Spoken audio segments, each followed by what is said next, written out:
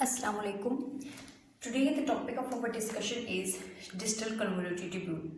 इससे पहले जो है हमने प्रॉक्सिमल कन्वोल्यूटेड ट्यूब्यूल और हमने क्या देख लिया है, लूप ऑफ हेल्ने। तो आज जो हमारे पास थर्ड सेगमेंट है वो है हमारे पास डिस्टल कन्वोल्यूटेड ट्यूब्यूल का। अब हमने लास्ट पे देखा था कि असेंडिंग लिम्ब भी जो है वो हमारे पास इम्परमिएबल होती है वाटर पे।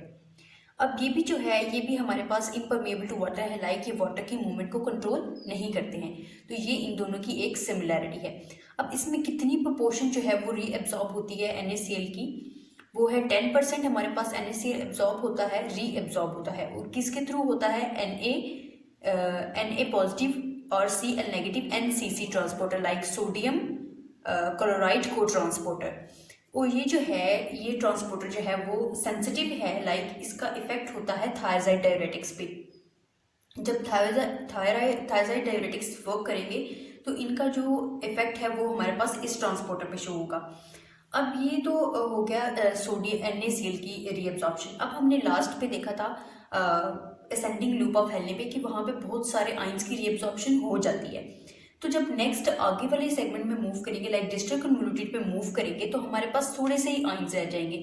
अब यहाँ पे देखें तो सिर्फ सोडियम है, क्लोराइड है और कैल्शियम है, उनकी रीअब्जॉर्प्शन होगी। अब NaCl की रीअब्जॉर्प्शन किसके थ्रू हो गई? NCC के थ्रू, सोडियम क्लोराइड को ट्रांसपोर्टर के through.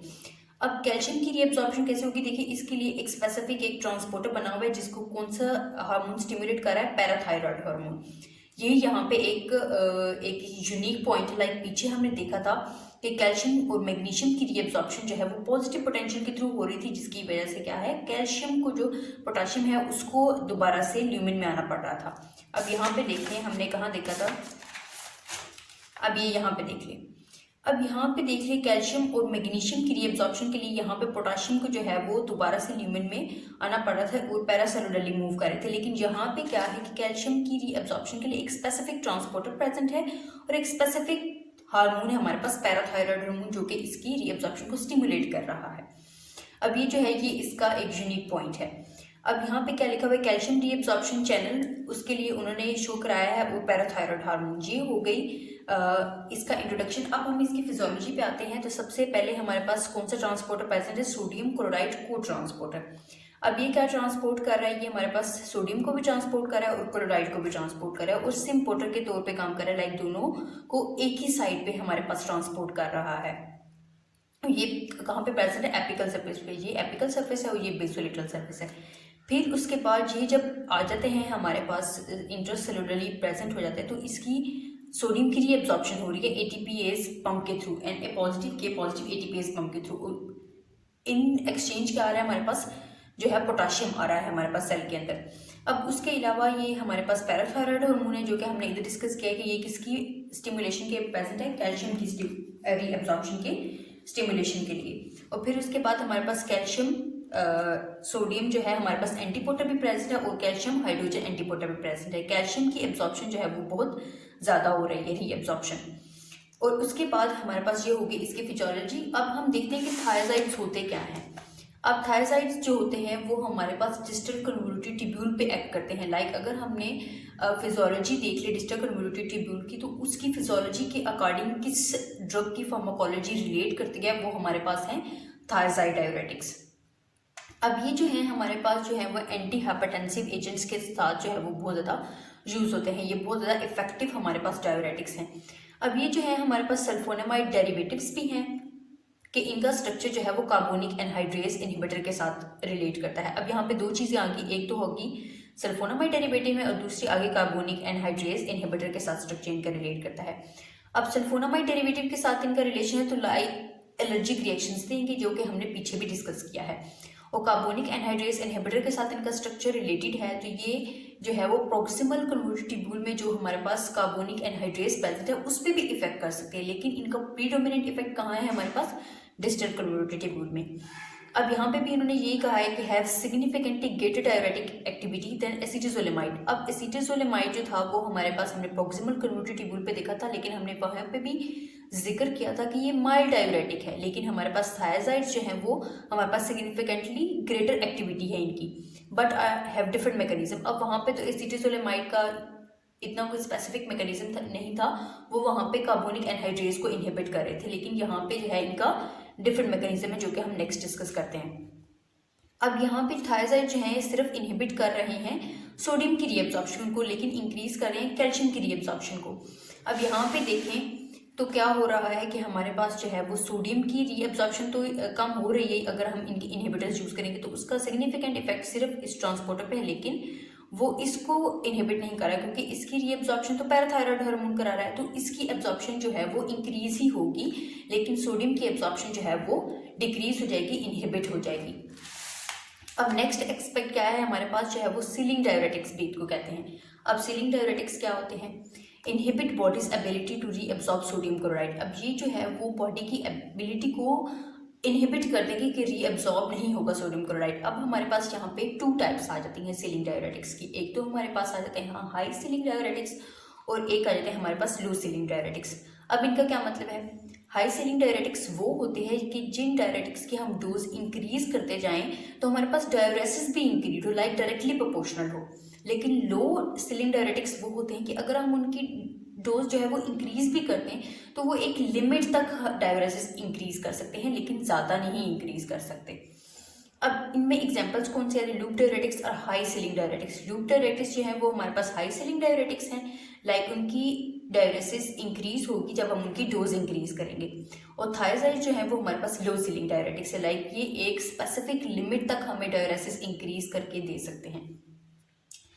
Thyroids also depend on prostaglandin synthesis. अब थायराइड जो है वो हमारे पास हमने कहा है कि सल्फोनामाइड डेरिवेटिव्स भी हैं, तो हमारे पास इनका जो इफेक्ट है ये डिपेंड भी करते हैं प्रोस्टाग्लैंडिन की सिंथेसिस पे। लाइक हमने लूप ऑफ हेनले में भी देखा है कि प्रोस्टाग्लैंडिन की सिंथेसिस जो है वो नेसेसरी है, उसी तरह ये भी जो है वो पार्टली थोड़ा सा डिपेंड करते हैं प्रोस्टाग्लैंडिन की सिंथेसिस पे। अब इसमें एग्जाम्पल कौन सी आ जाती है? हमारे पास पहली एग्जाम्पल है क्लोरोथायजाइड, हाइड्रोक्लोरोथायजाइड, और फिर उसके बाद आता है क्लोरोथायरिडोन, डिपेमाइड और मेटोलिजोम। अब ये जो हमारे पास पहले है क्लोरोथायजाइड और हाइड्रोक्लोरोथायजाइड, अब ये तो हमारे पास शो हो रहा है कि थायराइड डेरिवेटिव्स हैं, लेकिन ये जो तीनों हमारे पास ये वाली ड्रग्स हैं ये हमारे पास हैं थायराइड लाइक डायरेटिक्स। इनका स्ट्रक्चर तो सल्फोनामाइड के साथ लिंक करता है, लेकिन ये हमारे पास ट्रूली डायरेटिक्स नहीं है। हमारे पास ट्रूली थायराइड सिर्फ जो है वो हमारे पास क्लोरोथायजाइड और हाइड्रोक्लोरोथायजाइड है। अब इनका कंपैरिजन देखा जाए इन दोनों का, तो हमारे पास ज़्यादा पोटेंट कौन सी ड्रग है? हाइड्रोक्लोरोथायजाइड। हाइड्रोक्लोरोथायजाइड इज मोर पोटेंट देन क्लोरोथायजाइड, और ये जो है इसकी लेस एबिलिटी है कि हमारे पास जो है वो कार्बोनिक एनहाइड्रेज को इनहिबिट कर सके।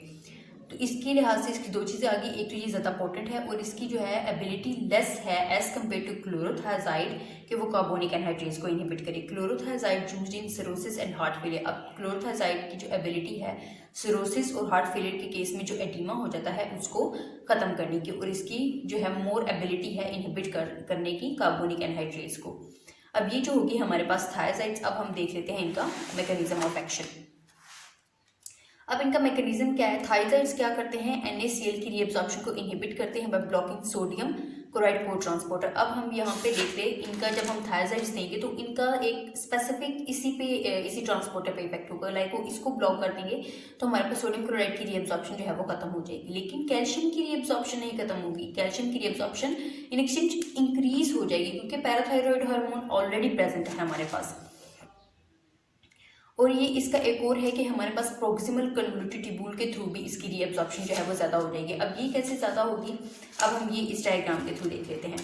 अब हम यहाँ पे देखें डिस्टल कन्वोल्यूटिव ट्यूब्यूल है, यहाँ पे जो है वो हमारे पास रीअब्जॉर्प्शन हो जाती है कैल्शियम की भी और हमारे पास NaCl की। जब इन दोनों की हो जाएगी तो हमारे पास जो है वो डिल्यूट हो जाएगा हमारे पास हमारे यूरिन डिल्यूट यूरिन हो जाएगा, जिसकी वजह से हम यहाँ पे देखेंगे प्रोक्सिमल कन्वोल्यूटिव ट्यूब्यूल में यहाँ से ज़्यादा फिल्ट्रेट आना शुरू हो जाएगा। ज़्यादा फिल्ट्रेट आएगा तो हमारे पास फिर जो है वो कैल्शियम की भी रीअब्जॉर्प्शन हो जाएगी और हमारे पास सोडियम की भी रीअब्जॉर्प्शन। अब यहाँ पे शो तो नहीं हुआ होगा कि कैल्शियम की रीअब्जॉर्प्शन हो रही है या नहीं हो रही, तो हम लेकिन पैरेलली जो है वो हमारे पास कैल्शियम की रीअब्जॉर्प्शन भी हो रही है और सोडियम की भी हो रही है। तो जब यहाँ पे डिल्यूट यूरिन हो जाएगा तो यहाँ पे इन दोनों की रीअब्जॉर्प्शन ज़्यादा होगी, तो यहाँ से भी रीअब्जॉर्प्शन ज़्यादा हो रही है और हमारे पास जो है वो पैराथायरॉयड हार्मोन की वजह से भी कैल्शियम की रीअब्जॉर्प्शन ज़्यादा हो रही है। और यहाँ पे ये भी शो किया गया कि इनकी भी रीअब्जॉर्प्शन ज़्यादा हो रही है, तो हमारे पास जो है वो कैल्शियम की रीअब्जॉर्प्शन इन एस्पेक्ट्स के थ्रू जो है वो इंक्रीज हो रही है। और ये क्या करते हैं? Treat hypercalciuria. अब ये हाइपर कैल्सीयूरिया कैसे ट्रीट करते हैं कि जब हमारे पास यूरिन में कैल्शियम ज़्यादा हो जाता है तो इसकी रीअब्जॉर्प्शन कराने के लिए जो हम है वो थायराइड डायरेटिक्स को यूज़ करते हैं। हमने पीछे देखा था कि जब कैल्शियम की कंसनट्रेशन ज़्यादा हो जाती है तो हमारे पास रीनल स्टोन्स बनते हैं, लेकिन जब हम थायराइड्स को यूज़ करते हैं तो कैल्शियम की मैक्सिमम रीअब्जॉर्प्शन हो रही है। अब हम यहाँ पे देखें कि ये क्या करते हैं, कैल्शियम की रीअब्जॉर्प्शन को इंक्रीज़ करते हैं। तो हमारे पास इस तरह कैल्शियम की रीअब्जॉर्प्शन को इंक्रीज़ करने से हम स्टोन्स को बनने से रोक सकते हैं। अब फिर आ जाते हैं इनके actions. Moderate but sustained sodium and chloride diuresis, moderate है लेकिन सस्टेन्ड है। फिर उसके बाद हाइपोकैलेमिक मेटाबॉलिक अल्कलोसिस की पोटाशियम की वो हो रही है, रीअब्जॉर्प्शन ज़्यादा हो रही है और हमारे पास हाइड्रोजन जो है यहाँ पे जो रीअब्जॉर्ब होकर आ रहा है हमारे पास सेल में, तो उसकी वजह से क्या हो रहा है, मेटाबॉलिक अल्कलोसिस हो रही है। फिर मैग्नीशियम की भी डिफिशियंसी हो रही है, आयंस की डिफिशियंसी हो रही है, डिक्रीज यूरिनरी कैल्शियम एक्सक्रीशन। उसी तरह के हमारे पास जो कैल्शियम की है प्रेजेंस की वजह से स्टोन्स बनते हैं तो वो हमारे पास यहाँ पे नहीं बनेगी। Reduce peripheral vascular resistance. अब जो हमारे पास सल्फोनामाइड डेरिवेटिव्स हैं उनका क्या वर्क है कि बल्कि सल्फोनामाइड्स नहीं, प्रोस्टाग्लैंडिन्स। अब प्रोस्टाग्लैंडिन्स का क्या था, वो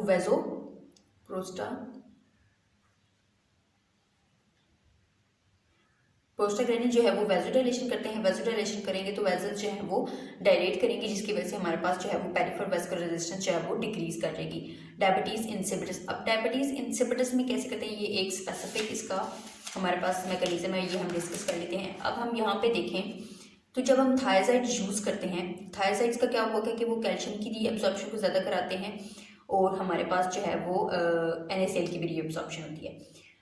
अब इनके यूज़ करने से जब कैल्शियम की रीअब्जॉर्प्शन जो है वो ज़्यादा एलिमिनेट हो जाती है रीअब्जॉर्प्शन, तो जब हम यहाँ पे भी आगे चलता जाएगा तो यहाँ पे भी हमारे पास ऑलरेडी वहाँ पे वाटर रीअब्जॉर्ब होगा और हमारे पास जो है वो आयंस जो है हमारे पास यूरिन में रह जाएंगे। लाइक हमारे पास यूरिन जो है वो कंसनट्रेटेड हो जाएगा, यूरिन जो है वो हमारे पास कंसनट्रेटेड हो जाएगा और बॉडी में जो है वो वाटर ज़्यादा हो जाएगा। अब हम यहाँ पे डायबिटीज इंसिपिटस में होता क्या है कि हमारे पास ज़्यादा अमाउंट में डाइल्यूट यूरिन प्रेजेंट होता है। तो जब इस मैकेनिज्म के थ्रू जो है वो थायराइड डायरेटिक्स हम देंगे और हमारे पास कंसनट्रेटेड यूरिन प्रोड्यूस होगा तो हमारे पास ऑटोमेटिकली जो है वो डायबिटीज इंसिपिटस की जो प्रॉब्लम है वो वैनिश हो जाएगी।